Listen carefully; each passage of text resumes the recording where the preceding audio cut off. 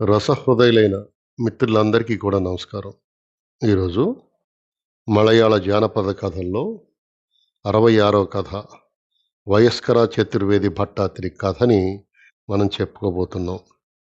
ఈ వయస్కరం ఇల్లం వారు కొట్టాయంలో ఉండేవారనమాట. ఇల్లం అంటే ఇల్లు. అంటే ఆ ఇంటి పేరు వాళ్ళు లేదా ఆ వంశం వాళ్ళు. ఈ వయస్కర వంశం వాళ్ళు కొట్టాయంలో ఉంటూ ఉండేవారు. వాళ్ళందరికీ పేరు చివరన మూసి అని ఉంటుంది. ఇలా ఎందుకొచ్చిందంటే, ఆ వంశంలో మగపిల్లలు లేకపోతే, ఆ వంశం అంతరించిపోకుండా పెల్మంతోల్‌కి చెందిన మూసి అనే ఆయన్ని దత్తత చేసుకుంటారు. ఈ దత్తత ఎలా చేసుకుంటారంటే, ఒక పెళ్లి రూపంలో చేసుకుంటారు. ఇది ఎలా జరుగుతుందంటే, పుష్కరం వంశం వారికి మగపిల్లలు లేనప్పుడు ఆడపిల్ల ఒకటే ఉంటే, ఆ ఆడపిల్లకి 17 సంవత్సరాల వయసు వచ్చిన తర్వాత ఒక యువకుడిని వేరే కుటుంబం నుంచి వివాహం ద్వారా దత్తత చేసుకుంటారనమాట. ఇంచుమించు మన తెలుగు సాంప్రదాయంలో ఇల్లరికం లాంటిది.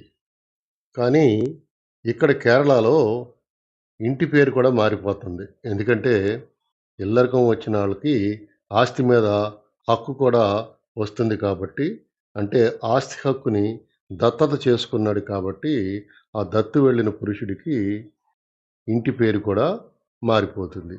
దత్తత వెళ్ళిన వారి ఇంటి పేరు ఎలా మారుతుందంటే, ఉదాహరణకి వయస్కర నంబూద్రి, వయస్కర భట్టాత్రి, వయస్కర పొట్టి ఇట్లా మారిపోతుందనమాట. అంటే వాళ్ళు భట్టాత్రి కుటుంబం నుంచి, లేదా పొట్టి కుటుంబం నుంచి, లేదా నంబూద్రి కుటుంబం నుంచి వచ్చి ఉంటే వాళ్ళకి అట్లా పేరొస్తుందనమాట.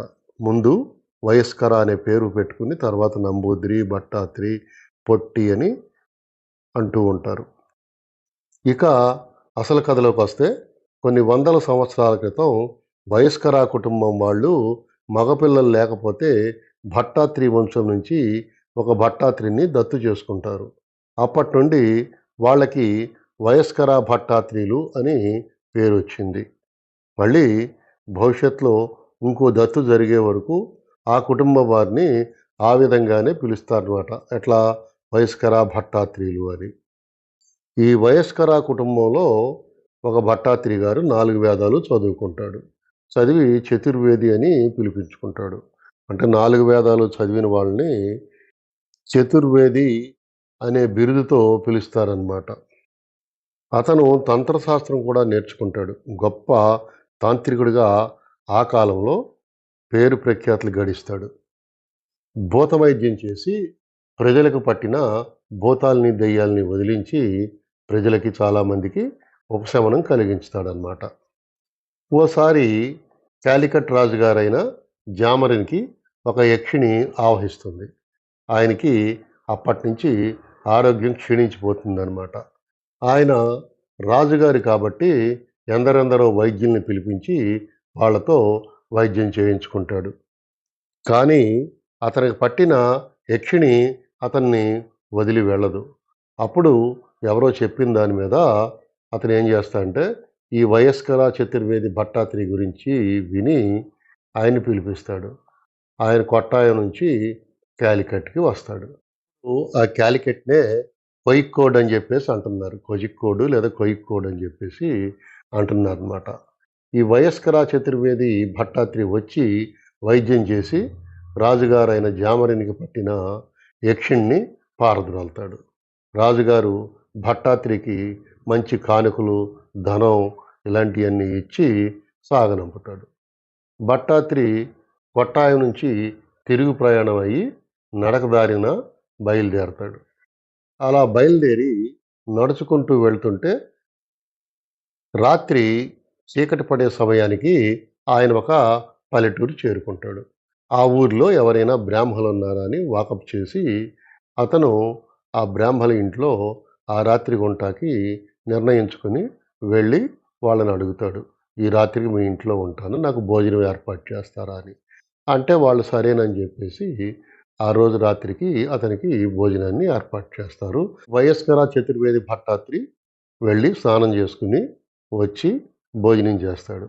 భోజనం చేసిన వెంటనే నిద్రపోతాడు. ఎందుకంటే అతను నడిచి, నడిచి అలిసిపోయి ఉన్నాడు కాబట్టి పడుకున్నెమ్మటే అతనికి నిద్ర వస్తుందనమాట.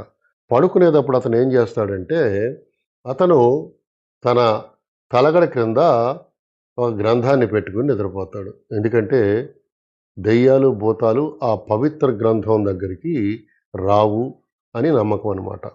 అంచేత అతను ఆ రకంగా పెట్టుకొని నిద్రపోతాడు. అర్ధరాత్రి అతనికి ఏదో మాటలు వినపడతాయి. ఎవరో తన్ని పిలుస్తున్నట్టు అనిపిస్తుంది. వెంటనే అతనికి మెలకువ వస్తుంది.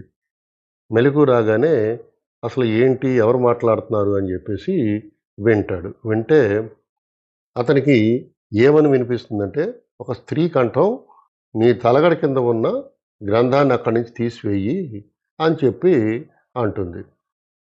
అప్పుడు కళ్ళు నులుముకొని చూస్తే గది కిటికీలోంచి పడుతున్న వెన్నెల వెలుగులో ఒక అందమైన స్త్రీ ప్రత్యక్షమయ్యి కనపడుతుంది. అప్పుడు ఈ వయస్కర భట్టాత్రి ఆమెని ప్రశ్నిస్తాడు. "ఎవరు నువ్వు? ఈ గదిలోకి ఎందుకొచ్చావు? నా తల కింద ఉన్న గ్రంథాన్ని ఎందుకు తొలగించమంటున్నావు?" అని ప్రశ్నల మీద ప్రశ్నలు సంధిస్తాడు ఆ స్త్రీకి. ఆ స్త్రీ ఎవరంటే ఒక యక్షిణి అనమాట. ఆ యక్షిణి ఏమంటుందంటే, "నీవు నాకు అపకారం చెయ్యనని మాటిస్తే నేను నీకు చెప్తాను" అని జెప్పేసి చెప్తాడు. "సరే నీకెటువంటి అపకారమో చెయ్యను. నువ్వెవరో చెప్పు ఏంటి" అంటాడు. అప్పుడు ఆ యక్షిణి ఏం జెప్తుందంటే, "నువ్వు జామరిన్ రాజు శరీరంలో ఆవహించి ఉన్న నన్ను వెళ్ళగొట్టి బయటకు పంపించావు. ఆ యక్షిణ్ణే నేను. నేను నిన్ను మోహించాను. నీ దగ్గరికి రావాలంటే నీ తల కింద ఉన్న గ్రంథం నాకు అడ్డం పడుతుంది. నేను నిన్ను సమీపించలేకపోతున్నాను" అని చెప్పేసి చెప్తాడు. అప్పుడు భట్టాత్రి ఏమంటాడంటే, "అయితే సరే, నువ్వు కూడా నాకు ఒక మాటివ్వాలి. ఏంటంటే నాకు ఎటువంటి హాని తలపెట్టకూడదు" అని చెప్పేసి భట్టాత్రి అంటాడు. ఎందుకంటే ఆ గ్రంథం తీసిన తర్వాత ఏవైనా కీడు తలపెడుతుందేమో అని భట్టాత్రి ఆలోచిస్తాడు. ఆమె కూడా సరే నీకు ఎటువంటి కీడును నేను తలపెట్టను అని చెప్పేసి చెప్తుంది.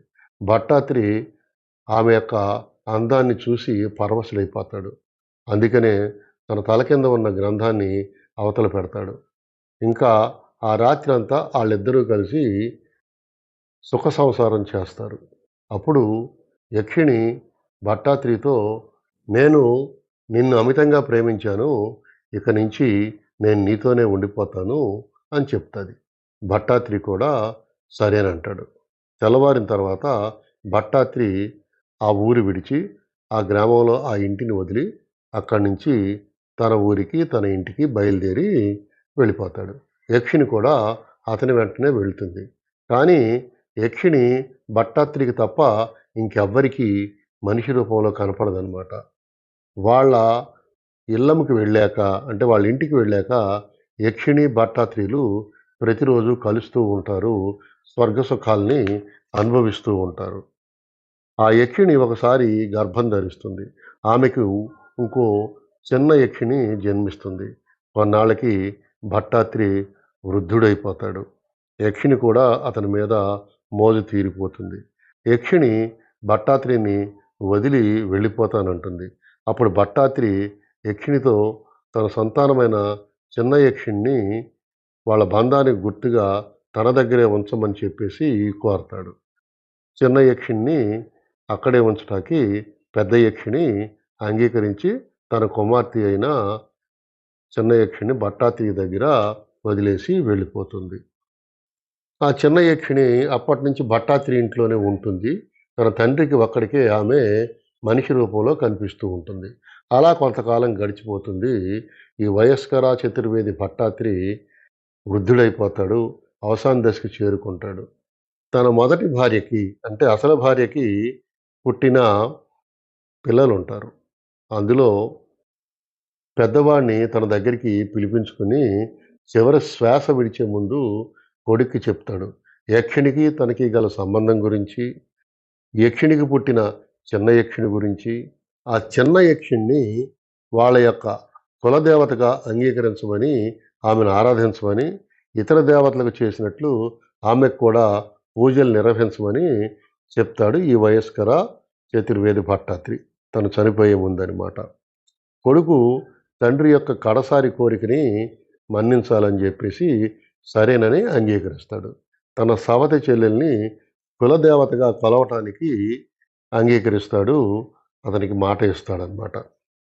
కొడుకు తన కోరికను నెరవేర్చుతానని మాట ఇచ్చాడు కాబట్టి ఈ వయస్కర చతుర్వేది భట్టాత్రి ఆనందంగా కళ్ళు మూస్తాడు. అప్పటి నుండి ఈ వయస్కర వంశం వారు ఆ యక్షిణ్ణి కొలుస్తూ ఉంటారు. ఆ ఇంటి వాళ్ళలో చాలామందికి ఆమె చాలాసార్లు దర్శనం కూడా ఇచ్చిందని చెప్పుకుంటూ ఉండేవారు. కొందరికైతే ఈ చిన్న యక్షిణి ఎగురుతున్న అగ్ని బంతి రూపంలో దర్శనం ఇచ్చేదని కూడా చెప్పుకుంటూ ఉండేవారు వాళ్ళు. అసలు ఇంతకీ ఈ కథ ఉద్దేశం ఏంటి? ఈ కథ ఎందుకు చెప్పుకుంటున్నామంటే, ప్రతి సంవత్సరం ఈనాటికి కూడా ఆ వయస్కరి భట్టాత్రి కుటుంబం వారు కురుప్పన్ అనే కులం వాళ్ళను తమ ఇంటికి ఆహ్వానించి వాళ్ళకే ఈ కలమీయత్తును తమ ఇంటి నేల మీద వేయించుకుంటారు. కలమీయత్తు అంటే చిన్న యక్షిణి యొక్క బొమ్మల్ని రంగురంగుల ముగ్గులతో వేయించుతారనమాట. ఆ తరువాత ఈ భట్టాత్రి కుటుంబం చిన్న యక్షిణి అనుగ్రహం కోసం పాటలు పాడుతూ ఉంటారు. ఆమెని కీర్తిస్తూ ఉంటారు. ఈనాటికి కూడా ఈ కరుప్పన్లు చతుర్వేది భట్టాత్రి మరియు అతని యొక్క రెండో భార్య అయిన పెద్ద యక్షిణి బొమ్మల్ని చిత్రాలు వేస్తూ ఉంటారు. చిన్న యక్షిణి గురించి పాడటం అనేది ఈనాటికి కూడా జరుగుతుంది. ఈ రెండు విషయాల్ని బట్టి మనకి అర్థమయ్యేది ఏమిటంటే, చతుర్వేది భట్టాత్రి కథ నిజంగానే జరిగిన కథ అని, ఇది ఒక యథార్థ గాథ అని మనకి అర్థమవుతుంది. కేరళ దేశంలో మగవారి పేరు చివరన కుర్రుప్పు, కుర్రూపు, కురుప్పన్ అని ఉంటే వారందరూ కూడా ఈ కురుప్పన్ కులస్తులు అని మనం అర్థం చేసుకోవచ్చు అన్నమాట. ఇది వయస్కర చతుర్వేది భట్టాత్రి యొక్క కథ. ఈ కథ ఇంతటితో సమాప్తం.